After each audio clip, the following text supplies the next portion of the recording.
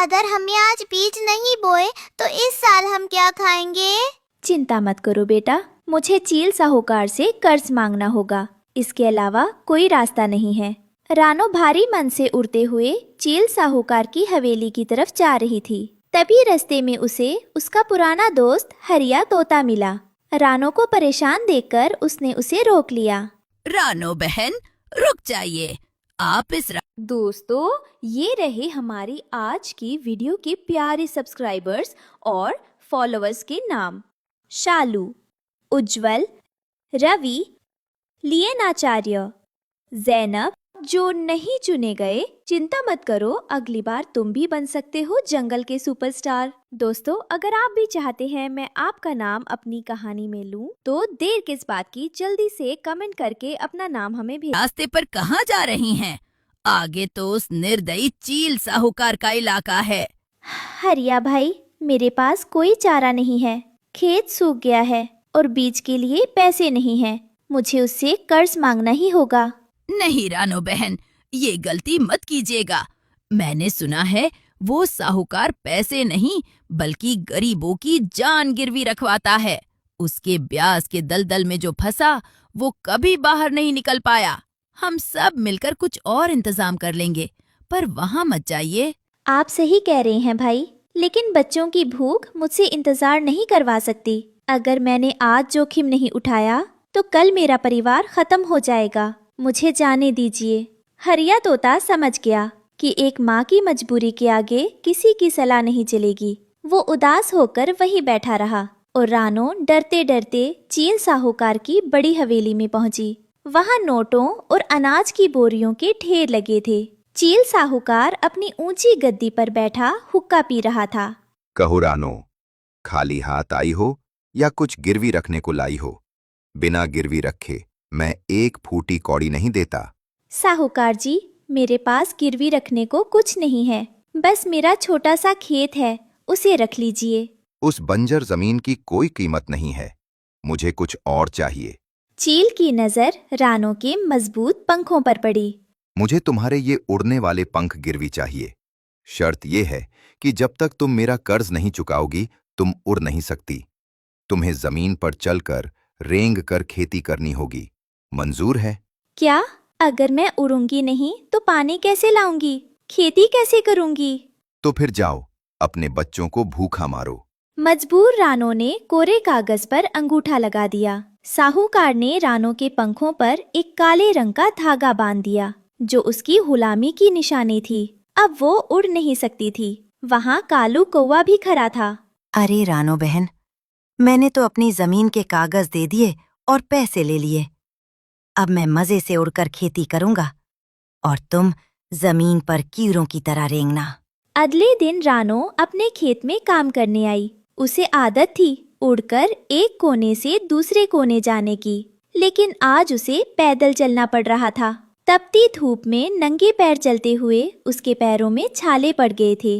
उफ, ये जमीन कितनी गर्म है। लेकिन मुझे रुकना नहीं है। मेरे पंख बंधे हैं पर हौसला नहीं। खेत में पानी देने के लिए रानो को दूर नदी तक जाना था। कालू कौवा ऊपर से उड़कर बाल्टी भरकर लाता और मजे से डाल देता। रानो पीठ पर भारी मटका लादे पत्थरों और कांटों पर चलकर पानी ला रही थी। रास्ते में एक पत्थर से ठोकर खाकर रानो गिर पड़ी। उसके घुटने से खून बहने लगा। नहीं, अगर मैं गिर गई तो फसल प्यासी मर जाएगी। रात को रानो घर लौटी। उसके पैर सूजकर मोटे हो गए थे। बच्चे उसके पैरों पर हल्दी का लेप लगा रहे थे। माँ, आपके पैरों की हालत देखी नहीं जा रही। आप कल से खेत मत जाना। बेटा, किसान का पसीना और खून ही फसल को सोना बनाता है। थोड़ा दर्द सह लूंगी तो तुम लोग पेट भर खा सकोगे। रानो के पैरों के घाव इतने गहरे थे कि हल्दी से ठीक नहीं हो रहे थे। अगली सुबह काम पर जाने से पहले वो लंगड़ाते हुए संजीवनी पहाड़ी पर गई। वहाँ जंगल के सबसे बुजुर्ग डॉक्टर वैद्य जी उल्लू रहते थे। अरे रानो बेटी, ये क्या हालत बना ली है? तुम्हारे पंखों पर ये गुलामी का धागा किसने बांधा? वैद्य काका, ये मेरी मजबूरी है। मुझे बस कोई ऐसी दवा दे दीजिए जिससे मेरे पैर सुन्न हो जाएं और मुझे दर्द महसूस ना हो। मुझे अभी खेत जोतना है। बेटी, मैं दर्द तो कम कर दूंगा, लेकिन याद रखना, ये धागा सिर्फ तुम्हारे पंखों पर है, तुम्हारी हिम्मत पर नहीं। ये लेप लो, इससे तुम चल सकोगी। वैद्य जी ने रानो से पैसे नहीं लिए। रानो ने उन्हें प्रणाम किया और फिर से अपने संघर्ष की ओर चल पड़ी। दूसरी तरफ कालू कौवा पैसों के घमंड में चूर था। उसने मजदूर लगाए थे और खुद पेड़ की छांव में सो रहा था। उसे पता ही नहीं चला कि उसकी फसल में कीड़े लग गए हैं। अरे, अभी तो बहुत टाइम है। साहूकार का पैसा है, बाद में देख लेंगे। फसल कटने में कुछ ही दिन बाकी थे। पीपल की डाल पर बैठे मिठू तोता और बंटी कबूतर दोनों खेतों का नजारा देख रहे थे। बंटी, जरा उस कालू को देखो। दोपहर हो गई है और नवाबजादे अभी भी सो रहे हैं। उसे पता भी नहीं है कि उसके खेत में दीमक लग चुकी है। और वहां देखो मिट्ठू, रानो बेचारी उड़ नहीं सकती, फिर भी घिसट घिसट कर हर पौधे की देखभाल कर रही है। सच में भगवान भी उसी की मदद करते हैं जो खुद अपनी मदद करता है। सही कहा। कालू के पास पंख है पर अक्ल नहीं, और रानो के पास पंख नहीं है पर हौसला बुलंद है। नतीजा तो अब साफ दिख रहा है। महीनों की मेहनत के बाद फसल कटने का समय आया। रानो के खेत में सुनहरा गेहूं लहलहा रहा था। हर दाना मोती जैसा चमक रहा था। रानो के पैरों के छाले अब उसकी जीत के निशान लग रहे थे। वहीं कालू के खेत में फसल काली पड़ चुकी थी। कीड़ों ने सब कुछ खा लिया था। हाय, ये क्या हो गया? मेरा खेत तो बर्बाद हो गया। रानो अपनी बैलगाड़ी में फसल लादकर बाजार लाई। उसकी फसल सबसे अच्छी थी, इसलिए उसे बहुत अच्छे दाम मिले। रानो ने नोटों की गड्डी संभाली। बच्चों, चलो, आज हमारे पंख आजाद होने का दिन आ गया है। रानो शान से साहूकार के पास गई और उसके मुंह पर पैसे रख दिए। लीजिए साहूकार जी, ये रहा आपका मूल और ये रहा ब्याज। अब मेरे पंखों से ये गुलामी का धागा खोल दीजिए। साहूकार को मजबूरी में धागा खोलना पड़ा। रानो ने महीनों बाद अपने पंख फैलाए और एक जोरदार उड़ान भरी। आहा, अपनी मेहनत की कमाई से मिली आज़ादी की हवा ही अलग है। जब रानो वापस लौट रही थी, उसने देखा कि चील, साहूकार के आदमी, कालू का खेत कब्जा रहे थे क्योंकि वो कर्ज नहीं चुका पाया था। कालू सड़क पर रो रहा था। कालू भाई, मैंने अपने पंख गिरवी रखे थे, लेकिन जमीन बचा ली। तुमने आराम के लिए जमीन गिरवी रखी और सब कुछ खो दिया। इस कहानी से हम सीख मिलती है कि कड़ी मेहनत का कोई विकल्प नहीं होता। स्वाभिमान से बड़ा कोई धन नहीं। जंगल में कड़ाके की ठंड पड़ रही थी, लेकिन इस जानलेवा ठंड में एक परिवार ऐसा था जिसके पास सर छिपाने को छत तो थी, मगर ओढ़ने को कुछ भी नहीं था। रानो का घोंसला बहुत पुराना था। ठंडी हवा के झोंके सीधे अंदर आ रहे थे। रानो के बच्चे कुकू और गुड़िया ठंड से बुरी तरह कांप रहे थे। माँ, मुझे बहुत ठंड लग रही है। मेरे पैर सुन्न हो रहे हैं माँ। माँ, प्लीज कुछ उड़ा दीजिए ना। हवा हड्डियों में चुभ रही है। बस थोड़ी देर और मेरे बच्चों, मैं अभी कुछ करती हूँ। रानो, हमारे पास तो सूखी घास भी नहीं बची। ये बच्चे पूरी रात कैसे निकालेंगे? अगर इन्हें गर्मी नहीं मिली तो ये सुबह तक बीमार पड़ जाएंगे। दूसरी तरफ कालू कौवा और गोरी कव्वी मजे से रानो के पुराने ऊनी कपड़े ओढ़कर बैठे थे, जो उन्होंने रानो से धोखे से छीन लिए थे। आहा कालू जी, रानो का ये पुराना कंबल कितना गर्म है। वो बेचारी तो आज ठंड में अकड़ जाएगी। सही कहा गोरी। जंगल का नियम है, जो ताकतवर है वही जीता है। रानो और टुन्नू जैसे गरीबों को तो जंगल छोड़ देना चाहिए। छोड़िए उन्हें, आप आराम से सोइए, बाहर बहुत कोहरा है। रानो अपने बच्चों को बचाने के लिए घोंसले से बाहर निकली। वो पागलों की तरह इधर उधर कुछ ढूंढने लगी जिससे बच्चों को ठगा जा सके। हे ईश्वर, कोई तो रास्ता दिखाओ, कोई पुराना कपड़ा, कोई बोरी, कुछ भी मिल जाए। उड़ते उड़ते रानो की नजर जमीन पर गिरे कुछ गेहूं के दानों और एक माचिस की डिब्बी पर पड़ी। सिर्फ ये थोड़ा सा गेहूं, इससे तो पेट भी नहीं भरेगा। लेकिन रुको, अगर मैं इनका इस्तेमाल खाने के लिए नहीं, ओढ़ने के लिए करूँ तो? रानो मदद मांगने हरिया तोते के पास पहुंची। हरिया और हरियाली अपने घर में आग ताप रहे थे। हरिया भाई, क्या आपके पास कोई पुराना कपड़ा मिलेगा? मेरे बच्चे ठंड से मर जाएंगे। अरे रानो, हम क्या कपड़े की दुकान खोलकर बैठे हैं? जाओ यहाँ से, हमारे घर की गर्माहट बाहर निकल रही है। सुना नहीं तुमने? जाओ यहाँ से, अपना इंतजाम खुद करो। रानो अपमान का घूंट पीकर वहां से उड़ गई। नदी के किनारे एक बड़ा चपटा पत्थर पर रानो ने टुन्नू को बुलाया। रानो ने एक बहुत बड़े पत्थर के नीचे आग जलाई और गेहूं को पीसकर एक बड़ी सी लोई बना ली। रानो, आप ये क्या कर रही हैं? हम इतनी बड़ी रोटी कैसे खाएंगे? बच्चे ठंड से ठिठुर रहे हैं और आप खाना बना रही हैं। टुन्नू जी, आप तेज रखिए। आज ये रोटी पेट की भूख नहीं, शरीर की ठंड मिटाएगी। मैं इसे इतनी मोटी बनाऊंगी कि ये घंटों तक गर्म रहेगी। रात गहरी हो चुकी थी। रानो और टुन्नू बड़ी मुश्किल से उस विशाल, मोटी और गर्मा गर्म रोटी को उठाकर घोंसले में लाए। रोटी से भाप निकल रही थी। कुकू, गुड़िया, जल्दी से इसके नीचे आ जाओ। रानो ने वो गरम रोटी अपने बच्चों के ऊपर रजाई की तरह ओढ़ा दी। आहा माँ, ये तो बहुत गर्म है। इसमें से कितनी अच्छी खुशबू आ रही है। माँ, अब ठंड नहीं लग रही, ऐसा लग रहा है जैसे धूप में बैठे हैं। गरम रोटी की सौंधी खुशबू हवा के साथ पूरे जंगल में फैल गई। कालू कौवे की नाक फड़कने लगी। गौरी, क्या आपको खुशबू आ रही है? इतनी कड़ाके की ठंड में ऐसा शाही खाना कौन बना रहा है? ये खुशबू तो उस गरीब रानो के घर की तरफ से आ रही है। जरूर उन्होंने कोई खजाना छिपा रखा है। चलिए चलकर देखते हैं। बच्चे रोटी की गर्माहट में सो चुके थे। रानो और टुन्नू भी रोटी के किनारों से सट कर लेटे थे। तभी कालू और गोरी वहां आ धमके। अरे बाप रे, इतनी बड़ी रोटी! ये रानो तो रईस निकली। कालू जी, ये लोग सो रहे हैं, धीरे से खींच लीजिए, आज तो दावत होगी। कालू ने जैसे ही रोटी में चोंच मारकर उसे खींचना चाहा, ठंडी हवा अंदर घुसी और गुड़िया की नींद खुल गई।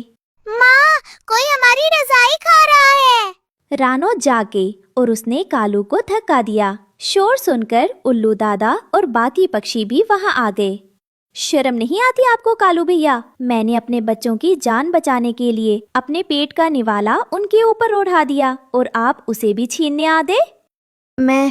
मैं तो बस देख रहा था। बस करो कालू। रानो ने अपनी ममता से भोजन को भी वस्त्र बना दिया और तुम अपने लालच में अंधे होकर एक माँ की तपस्या भंग करने आ गए। सुबह हो गई थी। रात भर उस रोटी ने बच्चों को ठंड से बचाया, लेकिन अब वो ठंडी और कड़क हो चुकी थी। सूरज की किरणें घोंसले पर पड़ी। माँ, बहुत अच्छी नींद आई, पर अब बहुत जोरों की भूख लगी है। रानो, आपका आइडिया काम कर गया। बच्चे सुरक्षित हैं। हाँ, और अब नाश्ता ढूंढने कहीं जाने की जरूरत नहीं है। रानो ने उसी रोटी की चादर का एक टुकड़ा तोड़ा और बच्चों के मुंह में डाला। रानो का परिवार पेट भरकर खुश था, जबकि लालची कालू और गोरी दूर से ललचाई नजरों से देख रहे थे।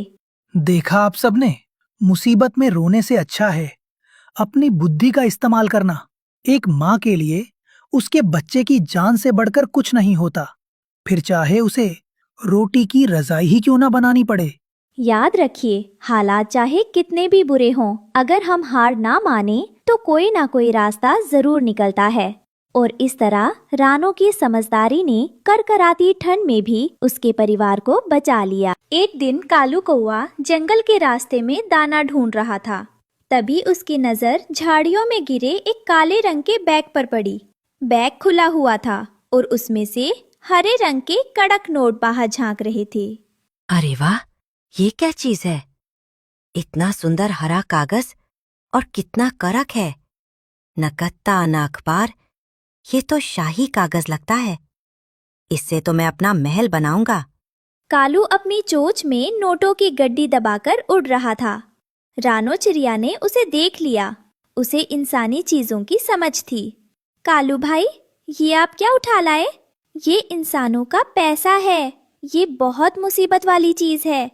इसे यहीं फेंक दीजिए, वरना खतरा पीछे आएगा। रानो, आप तो बस जलती हैं। आप मिट्टी के घर में रहती हैं, इसलिए नहीं चाहती कि मेरा घर सुंदर बने। ये मेरा खजाना है। कालू ने किसी की नहीं सुनी। उसने पेड़ के सबसे मजबूत गोंद से उन नोटों को चिपका चिपका कर एक घर बनाना शुरू किया। 500 और 2000 के नोटों से बना वो घर धूप में चमक रहा था।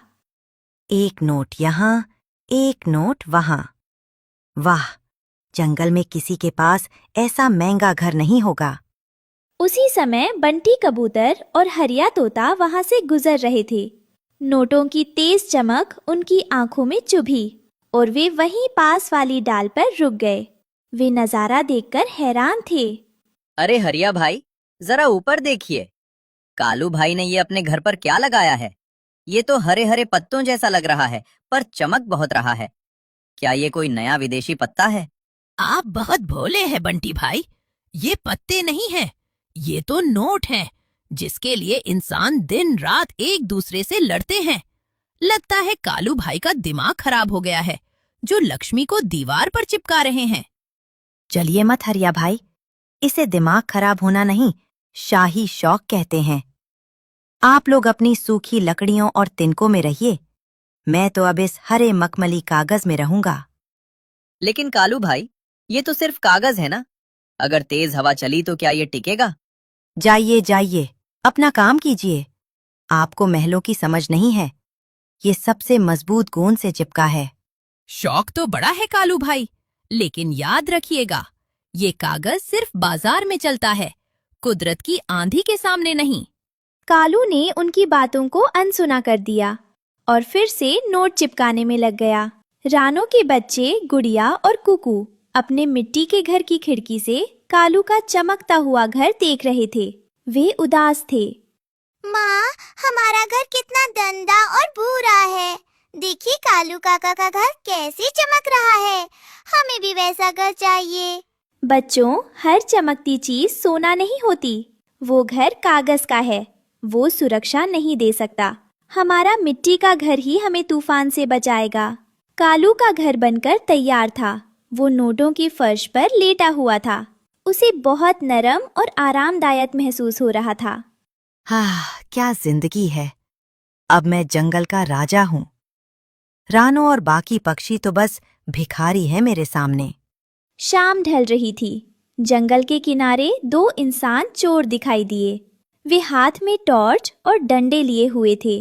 वे अपना खोया हुआ बैग ढूंढ रहे थे। अरे, मेरा नोटों से भरा बैग यहीं कहीं गिरा था। अगर वो नहीं मिला तो बॉस हमें छोड़ेंगे नहीं।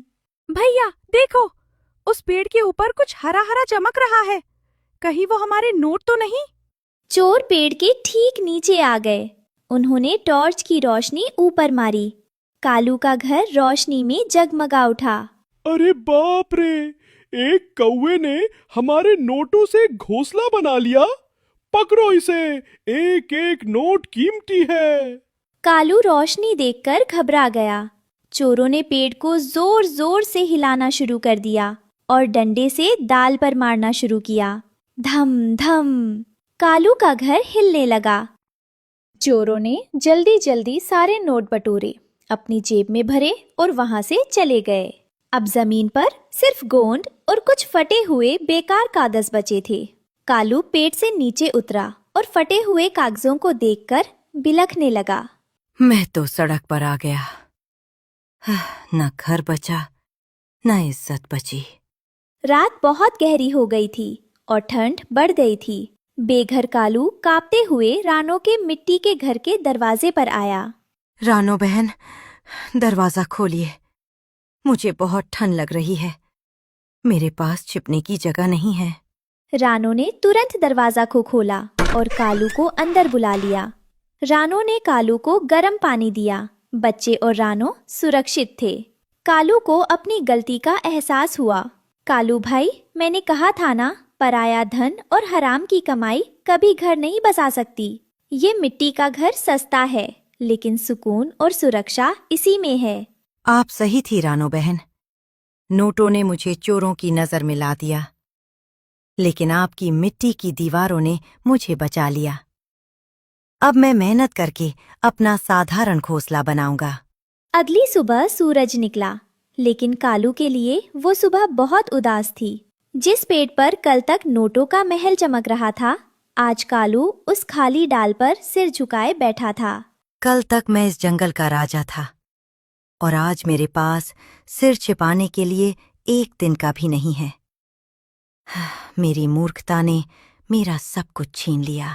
कालू की आंखों से आंसू टपक रहे थे। उसे ठंड और भूख दोनों सता रही थी, लेकिन शर्म के मारे वो किसी से नजर नहीं मिला पा रहा था। तभी रानो चिड़िया अपने बच्चों गुड़िया और कुकू के साथ वहां पहुंची। उन सबके पंजों में सूखी लकड़ियां और नरम घास थी। कालू भाई, बीती बात पर रोने से घर नहीं बनता। उठिए, हम सब मिलकर आपके लिए एक नया और असली घर बनाएंगे। रानो बहन, मैंने तुम्हारा मजाक उड़ाया, फिर भी तुम मेरी मदद कर रही हो। हाँ कालू काका, माँ कहती है कि गिरने वाले को उठाना ही असली अमीर होना है। लीजिए, ये लकड़ी लगाइए। कालू का दिल भर आया। उसने आंसू पोंछे और काम पर लग गया। घर बनाते समय डाल के एक कोने में कालू को कल का बचा हुआ एक फटा हुआ नोट का टुकड़ा दिखाई दिया, जो गोंद से चिपका रह गया था। हवा में वो टुकड़ा फड़फड़ा रहा था। रानो और बच्चे कालू को देख रहे थे कि वो क्या करेगा। यही है वो फसाद की जड़। कालू ने गुस्से से उस नोट के टुकड़े को चोंच से उखाड़ा और हवा में उड़ा दिया। फिर उसने वहाँ एक मजबूत बरगद का पत्ता लगा दिया। कागज हवा में उड़ जाएगा, लेकिन ये पत्ता मुझे धूप और बारिश से बचाएगा। आज मैंने अपना सबसे मजबूत घर बनाया है। बिल्कुल सही कालू भाई, आज आप सच में समझदार हो गए। इस कहानी से हमें सीख मिलती है कि गिरकर संभलना ही जिंदगी है। जब हम लालच छोड़कर मेहनत का रास्ता चुनते हैं, तो हमें सच्चा सुख और सच्चे दोस्त मिलते हैं। जंगल के एक खुले मैदान में रानो और टुन्नू ने बहुत मेहनत से रंग बिरंगी शिमला मिर्च की खेती की थी। फसल बहुत नाजुक थी, लेकिन देखने में बहुत सुंदर लग रही थी। रानो और टुन्नू अपनी फसल को देख रहे थे। रानो, देखिए, लाल और पीली शिमला मिर्च कितनी चमक रही हैं। अगर ये फसल सही सलामत रही, तो इस बार हम गुड़िया और कुकू के लिए गर्म ऊनी कपड़े खरीद पाएंगे। हाँ टुन्नू जी, ये सिर्फ सब्जी नहीं, हमारे बच्चों का भविष्य है। मैंने इनसे वादा किया है कि इस बार सर्दी में उन्हें ठंड नहीं लगने दूंगी। अचानक हवा का रुख बदल गया। रानो और टुन्नू जंगल के सबसे ज्ञानी बूढ़े उल्लू बाबा के पास मौसम का हाल पूछने गए। उल्लू बाबा आसमान की ओर देख रहे थे और बहुत चिंतित थे। रानो, टुन्नू, घर जाओ और छिप जाओ। मैंने बादलों का रंग देखा है। आज रात आसमान से पानी नहीं, बल्कि बर्फ के पत्थर गिरेंगे। बहुत भयानक तूफान आने वाला है। बर्फ के पत्थर? बाबा, अगर ऐसा हुआ